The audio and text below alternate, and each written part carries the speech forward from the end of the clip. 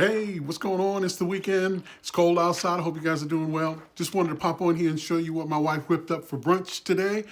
She got a slow roasted salmon in the oven, cooked it at 375, not 375, 275 for 50 minutes. She seasoned that bad boy up with a little olive oil, some thyme, salt, pepper, garlic. She got out the eggs, fried up some bacon, sliced up a nice tomato and the avocado, and brunch was on.